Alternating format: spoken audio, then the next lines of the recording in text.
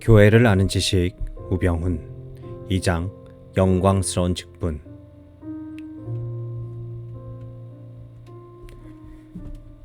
(1장에서) 우리는 성부, 성자, 성령 하나님의 교회에 관해 살펴보았습니다. 2장에서는 성도들의 교회에서 직분을 통하여 어떻게 삼위일체적 교회론을 구체적으로 적용할 수 있는지 살펴보고자 합니다. 17세기의 탁월한 청교도 토마스 굿위는 교회의 직분과 은사는 삼위일체 하나님에 연결되면서 구별되는 사역으로 볼 때 가장 잘 이해할 수 있다고 했습니다. 성부, 성자, 성령 하나님은 교회의 직분자들이 세워지고 일하는 과정에서 언제나 그들을 만나시고 그들과 함께 사역하십니다. 성도가 직분을 가진다고 할 때에는 크게 두 가지 의미가 있습니다. 하나는 모든 성도가 공통적으로 가지는 직분인 제사장, 왕, 선지자 직분을 가리킵니다. 다른 하나는 교회에서 특별하게 세운 제도적 직분, 곧 목사, 장로, 집사, 권사입니다. 아래에서는 모든 그리스도인이 가진 세 직분, 제사장, 왕, 선지자에 관해서 먼저 살펴본 뒤 제도적 직분을 자세히 살펴보고자 합니다. 그리스도의 새 직분. 그리스도란 말은 기름 부음을 받았다는 뜻입니다. 구약 시대에는 선지자, 제사장, 왕에게 기름을 부어서 그들이 하나님의 대리자로서 이스라엘 백성 가운데 직무를 행하도록 했습니다. 예수 그리스도는 바로 이 새 직분을 가장 잘 수행하셨을 뿐 아니라 그 직분을 종말론적으로 완성하셨습니다. 그리스도는 제사장의 직분을 중보자로서 행하십니다. 그분은 자신을 제물로 하나님께 드리는 대제사장이 되셨습니다. 천상의 제사장이신 그리스도는 구원에 대한 우리의 근원적 필요를 채우십니다. 인간이 극복할 수 없는 것이 있다면 바로 죽음입니다. 그런데 이 죽음은 죄로 말미암아 왔습니다. 따라서 인간이 죽음을 해결할 수 없다는 사실은 인간이 근원적으로 죄의 문제를 해결할 수 없음을 뜻하기도 합니다. 독일의 설교자 헬무트 틸리케는 이렇게 말했습니다. 인간이 도둑질을 해서 도둑이 되는 것이 아니다. 인간은 이미 도둑이기 때문에 도둑질을 하는 것이다. 인간이 살인을 해서 살인자가 되는 것이 아니다. 인간은 이미 살인자이기 때문에 살인을 하는 것이다. 살아가면서 우리 안에 얼마나 많은 죄가 꿈틀거리는지 살펴보면 인간이 도둑이고 살인자이며 죄인이라는 사실을 정확히 알 수 있습니다. 인간은 탐심, 미움, 정욕의 노예입니다. 그 죄값을 인간 스스로는 갚을 수 없습니다. 날마다 더 많은 죄를 짓는 인간은 죄값을 갚기는커녕 오히려 더 쌓아갈 뿐입니다. 그런데 바로 그 죄값을 그리스도께서 갚아주신 것입니다.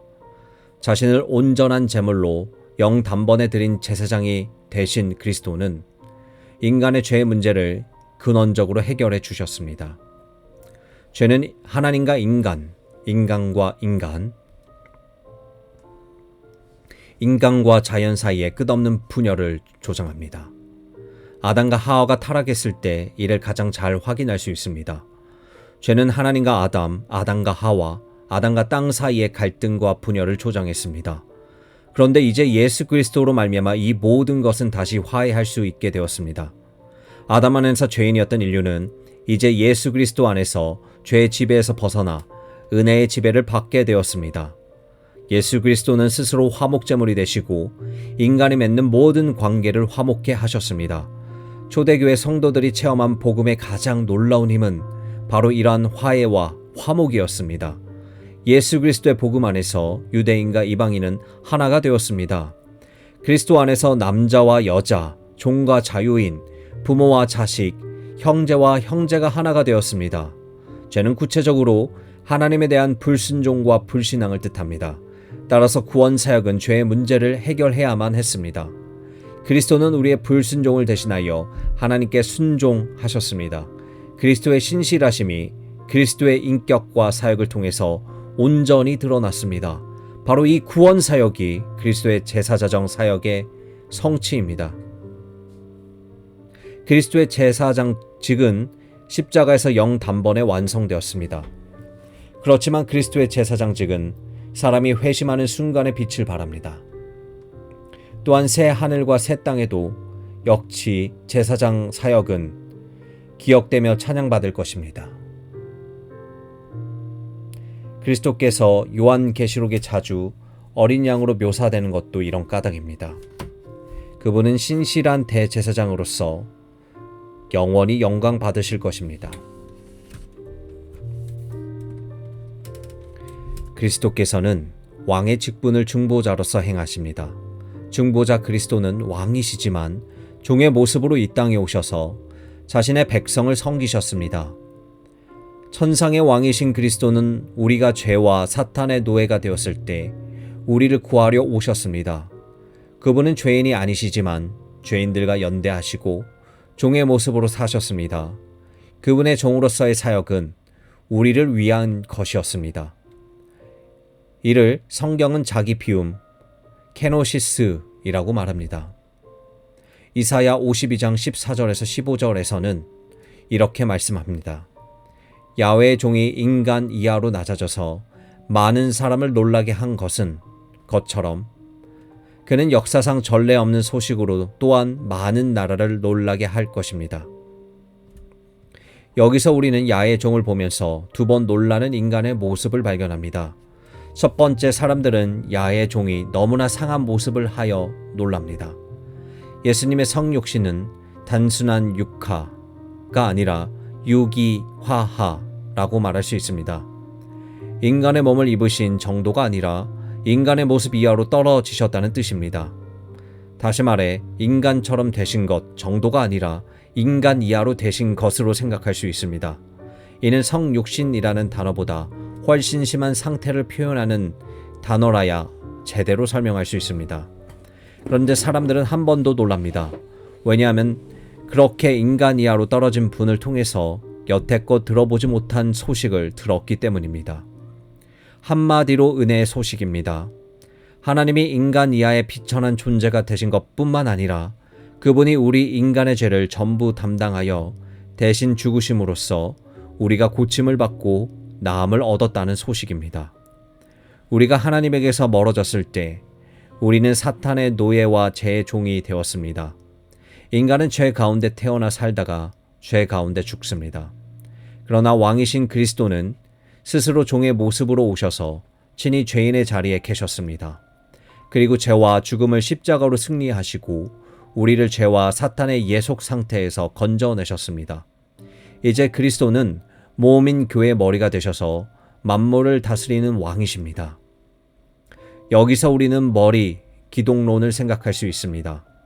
이미 구약 성경에서는 하나님이 만물의 머리가 되신다고 고백하고 있습니다.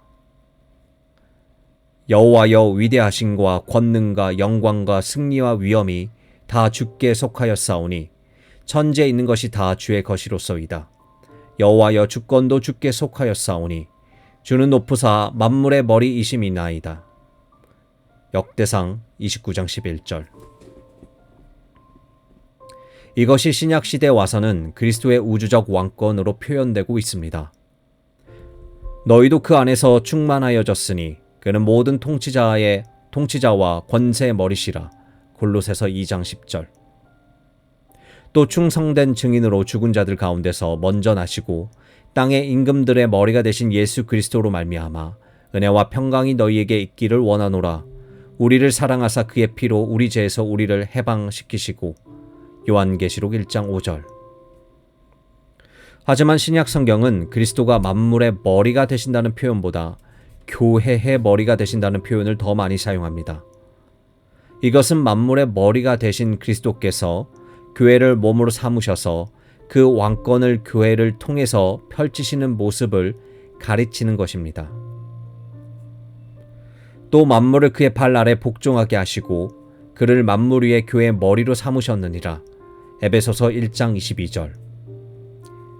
이 구절은 그리스도의 종말론적 사역 이후 만물이 그리스도의 왕권에 복종하게 된 변화를 보여줍니다. 이제 그리스도는 교회의 머리가 되셔서 그 만물을 다스리십니다.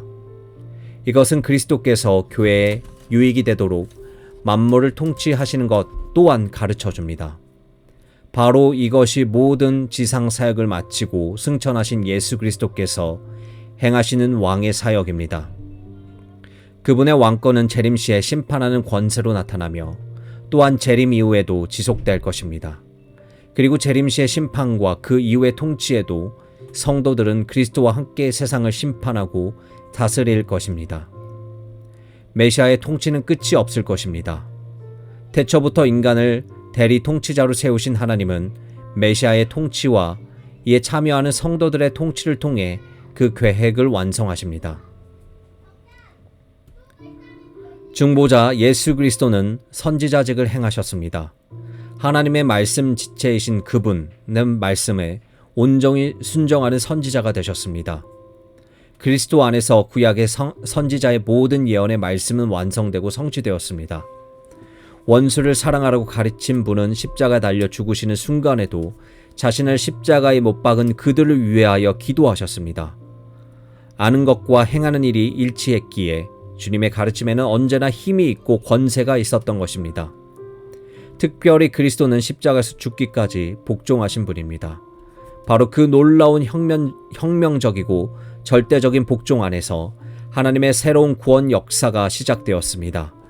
아담 한 사람이 순종하지 않아서 많은 사람이 죄인이 된 것처럼 한 사람 그리스도께서 순종하심으로써 많은 사람의 의인이 된 것입니다.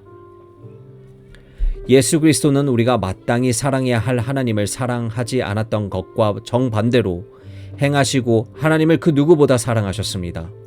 그분의 삶뿐 아니라 그분의 말씀을 통해서 그리스도는 우리가 하나님의 은혜롭고 용서하시는 사랑을 깨닫도록 하십니다. 이제 우리는 예수 그리스도의 모범을 닮아가야 합니다. 하나님의 아들 그리스도께서 고난을 받아 순종함을 배워 온전하게 되셨으면 이제 그분으로부터 구원을 받으려는 모든 사람은 마땅히 순종해야 합니다. 그리스도께서 말씀과 모범으로 우리를 가르치심을 통해 하나님의 사랑으로 스스로를 우리에게 엮어 매셨습니다. 우리는 이토록 놀랍게 드러난 하나님의 사랑과 은혜 현시에 감동하여 주께서 나와 와야 합니다. 이 과정은 물론 성령의 은혜로 가능해집니다.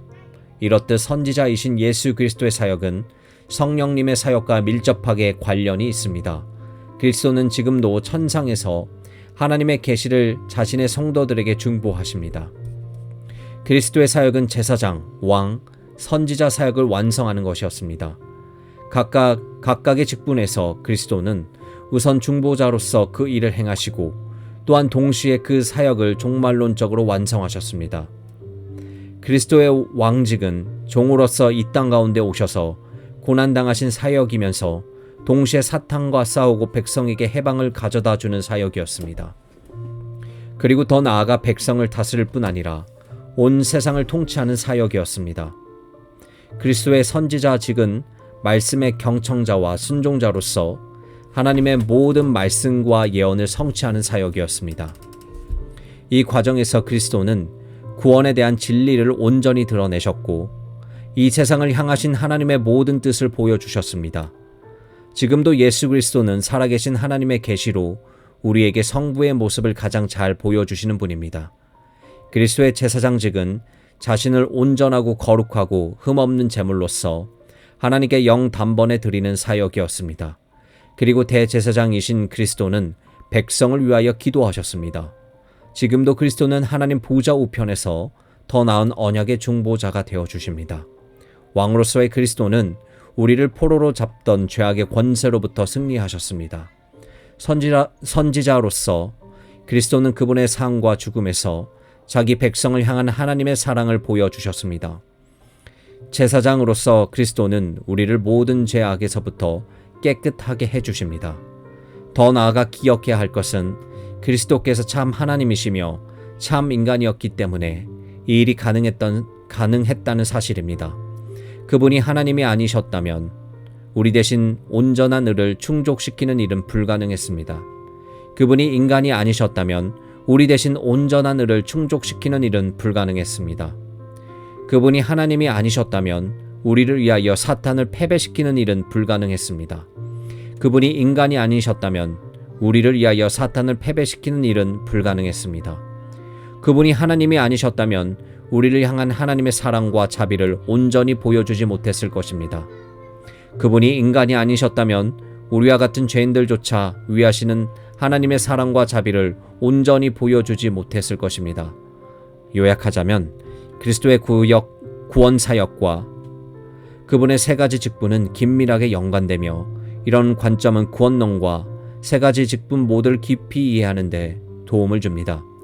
그리스도의 구원 사역에서 우리는 복음의 핵심을 마주하며 이 진리는 우리를 믿음과 순종으로 이끕니다.